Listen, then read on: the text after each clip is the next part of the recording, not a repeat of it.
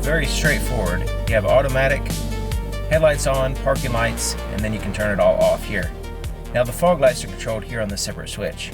And as you cycle through the different options, it will show here on the screen, so that helps out when it's really dark and you can't see the stock. There's a dimmer switch over here to the left of the steering column. Now it shows a little status brightness here on the screen. And as you go all the way up, it gets super bright. But if you bring it down a little bit, then you can have more of a reasonable range. Now it's not just this screen. It also has the backlit buttons here, and just overall over here as well.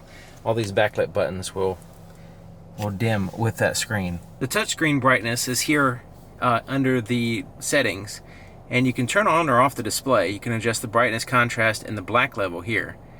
So if we want to adjust the brightness on this screen, we can do it in this menu. When you walk up to the vehicle with the key, it has the full proximity system, and it senses the key when you approach it. It doesn't have any kind of external lights turning on or anything. It knows the key's there because it'll allow you to unlock the door, but it doesn't just start turning on lights automatically. So let's hit the unlock button. All right, so now we have some lights there in the front, and the tail lights are now on, but there's no like approach lights turning on or anything like that, no handle lights. The interior lights are on though. Now I have the parking lights on, and basically it's just these daytime running lights here at the top. So it's like a light strip here at the very top. And it looks pretty cool. Kind of has like these little segments to it, but it's mostly there on the ends, and it kind of reflects there in the middle. But yeah, looking pretty cool. From a distance, it kind of looks like the headlights are on, but they're not. It's just those lights there. And they're fairly bright, especially when you're down this way. Could potentially mistake those as headlights, actually, looking at that from the very front. There's also a little tiny amber side marker here on the front as well. And it's fairly bright, but still small. There's a red side marker here in the back, and the taillights are red. Nice deep LED red color. Looking nice. Pretty impressive. But yeah, the brightness is great. Not overly bright, but they look good. And once again, nice deep red color. The camera makes them look a little bit orange, but it is a nice deep red. Hopefully you can see that. Tag lights are also on now. The turn signal here in the front is amber in color, and it basically takes that white light that we saw earlier and just flashes in that same spot an amber light. And now it completely takes away that white light and only has the amber light. Because the white light is fairly bright. It's still on the other side, but yeah, it just completely takes that away and just gives us a fairly decent, it's large in size, amber in color, and not super duper, well, actually down this way, it is pretty bright. It's like down here, it's like it's brighter, the lights are brighter going forward. But yeah, there's the front, there's the amber turn signal indicator here on the side mirror. It's visible from the front, the side, and the back. And then the turn signal back here is amber in color and fairly bright. Not super huge or anything, but is in a good location. It's not too low. Amber, which makes it distinct from the brake lights and all that stuff. So yeah, it looks pretty good. And it's fairly bright. And once again, as I dip my eyes down, my head down, it's brighter in the lower position. So yeah, it's pretty bright. Now there's also a third brake light at the top of the glass in the rear spoiler, and then the reverse lights are integrated into the taillights in that inner portion. And once again, those are fairly bright. They do a good job. Okay, so let's go ahead and turn on the low beams. Now the low beams, there's the fog lights off, fog lights on, fog lights off, fog lights on. So you can see the difference there. It's mostly close to the vehicle, but they're not that low. So here is the headlights and the low beams. Basically, it's a multi-reflector. So you can see it's 4 reflectors. There's additional reflectors down here which turn on with the high beams. And then there is a projector fog light there. And it's like right there next to the headlight. So really, ideally, fog lights would be as low as possible, but these are just kind of like right there next to the headlight. So yeah, I'm not sure. You know, I guess they probably do help out, but the positioning of it is a little bit interesting to me. It doesn't really seem like that would be ideal. All right, so that is the low beams. And let's step back here a little ways. All right, so I can, right about here, I mean, I can look directly at the headlights and they're not blinding my eyes. If I dip down right here, the cutoff is about 2.5 feet off the ground. That's where the cutoff is. So they're fairly flat. But yeah, looking pretty interesting up here. You have like this stacked thing going on. You have the light at the top, and then you have the fog lights, and I don't know, there's a lot of stuff going on. Very distinct, I guess you can say. Okay, so let's go ahead and turn on the high beams here. So when you turn on the high beams, the fog lights will turn off, which is typical.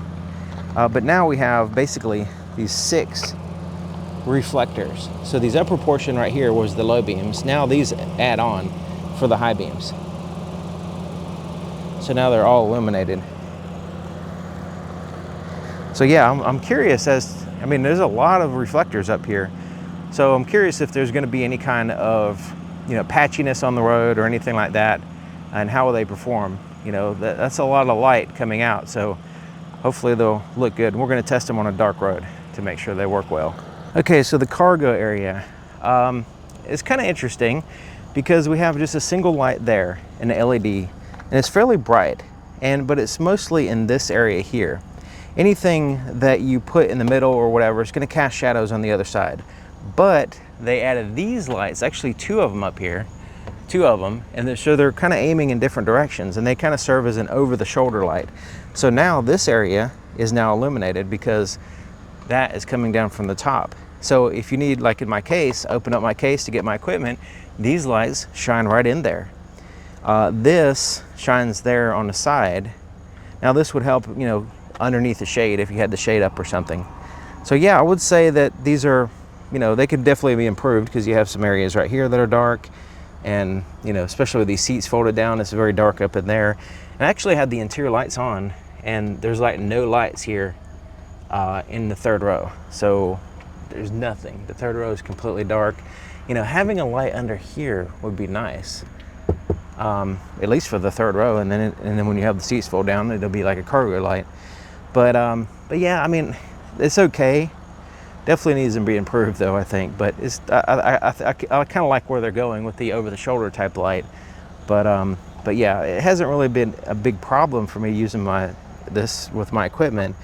But I can see where it could be an issue if it's not much illumination back here. The inside of the back door, there's no puddle light or anything. Nothing to shine on the ground to show you what you're stepping in when you're getting out. So yeah, there's no pocket lights. There's nothing here, really, except for a super dim light for the power window switch. Yeah, so yeah, there's nothing going on in the door here.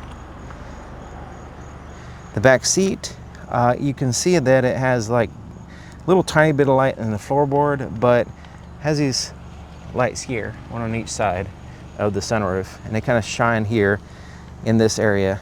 So yeah, the seats are good.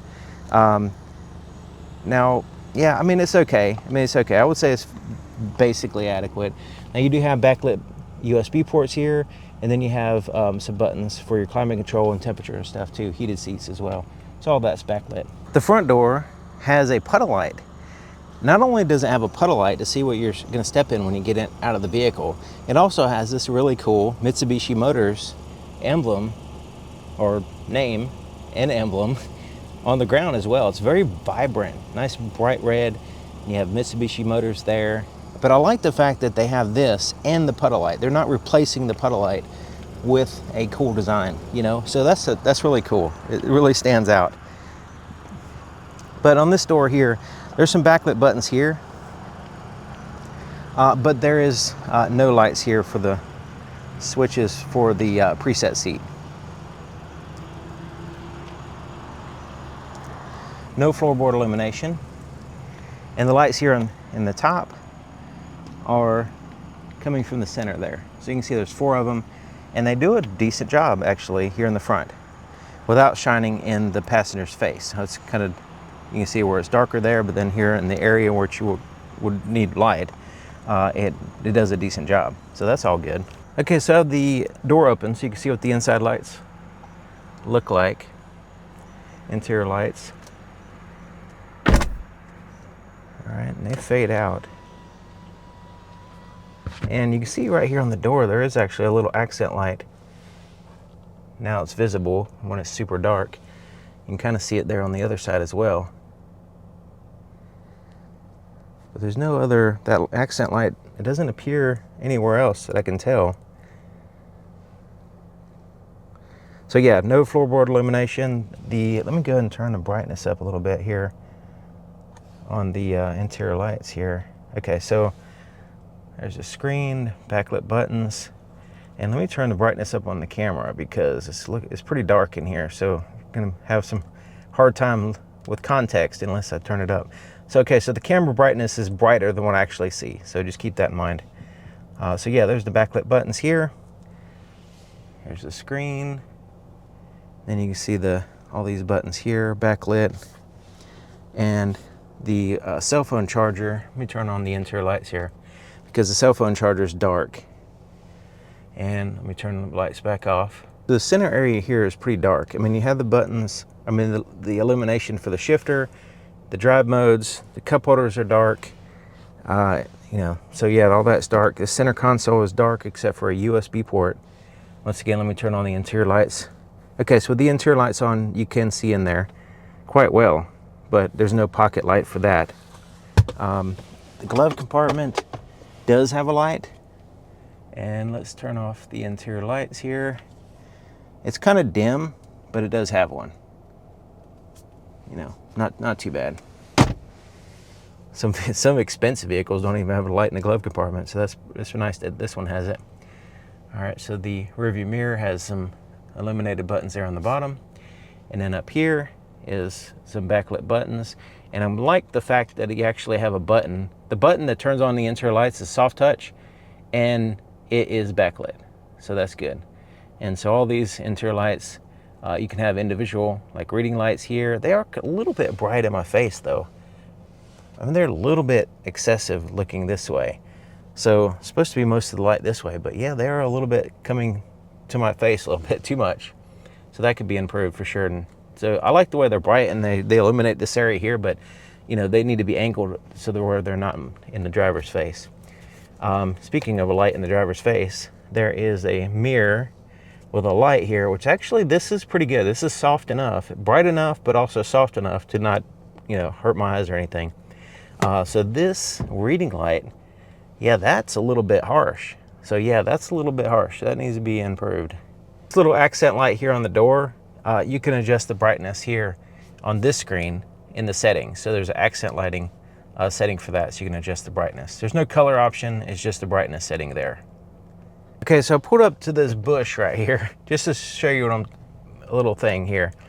I have the headlights completely off right now, like in the complete off position. And those daytime running lights are so bright, they kind of look like the headlights are on. But let me go ahead and turn on the headlights so you can see the difference. So there's the headlights. So if you accidentally turn off the headlights and you're just like in this position right here, you're like, hey, my headlights look like they're on, and you start driving, you're not gonna have any taillights right now because you're gonna mistake these daytime running lights for headlights in the off position. If you put the switch in the parking lights, it's the same thing as completely off, but at least you'll have taillights.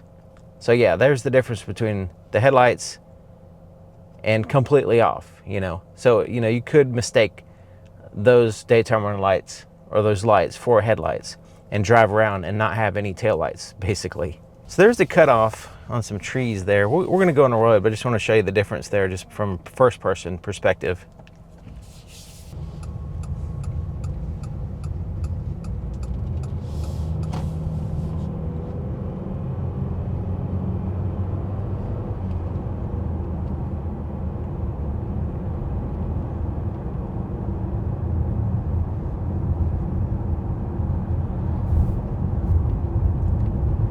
Okay, so there is a notch that lines up with the oncoming lane, which is typical.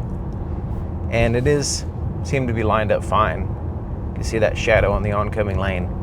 The cutoff isn't like super sharp, but it does have a, you know, cutoff. And I can see on the sides of the road with the low beams, the sides of the road they're illuminated nicely.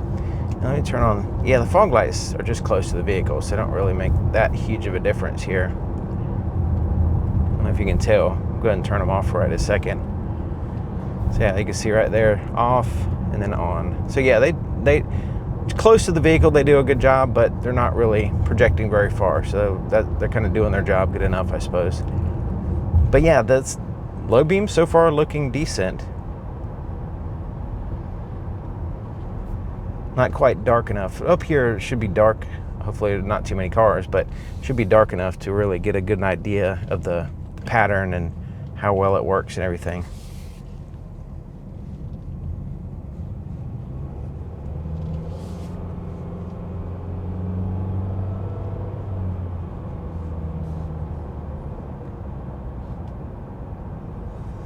All right, so there's the low beams and there's the high beams. Okay, low beams. I would say the low beams could have a little bit better distance. They fade out. They're okay actually. It's just it's like, it seems like super bright close to the vehicle, and then yeah, actually they're not bad, because this road is a little bit of a challenge because yeah, here's the high beams, because the trees are at a distance. Yeah, okay. I think that shadow is just getting in my lane right now. But yeah, the high beams there are pretty good.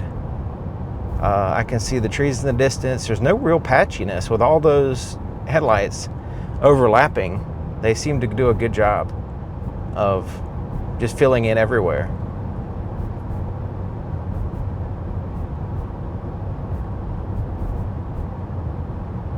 Yeah, I would say that you know, I would definitely be satisfied with these headlights. They're not like super spectacular, but they're fine. They're certainly fine. The brightness level is adequate. So there's the low beams, there's the high beams. Yeah, it's not like super bright, but you know, with these, I mean, it just gives you a good floodlight in front of you, and I like the fact that it's just everywhere, to side to side, all the way in the center. And you know, it's not like the type that projects up, you know, far down the road or anything, but it is adequate enough to where you can see everything in front of you. If there's a deer on the side of the road, or if there's a pedestrian or anything in the road, and the height is at a decent level to where if you're approaching a hill, then it kind of helps illuminate that road as you approach that hill before you reach it. So yeah, I think that these are in the adequate to good range, you know. When I see a bunch of reflectors, then I'm always concerned there's going to be a lot of patchiness and stuff like that. I'm not really seeing it with this. So these are, it's pretty, you know, I'm kind of impressed because how they achieve the pattern, a really good pattern with just a bunch of reflectors. Now it does have 6 reflectors, you know, so 4 on your low beams, then the 2 high beams, 2 on each side. You know, so that's 6 on each side. So we're talking about 12 lights in front of us. So yeah, that makes sense. You know, they're able to overlap and allow enough light all across in front of the vehicle. And I like the way it's not like, you know, bending left and right and you know, having a, you know, a headlight system that's moving left to right and all that stuff. I like the way it just gives you adequate light everywhere in front of the vehicle.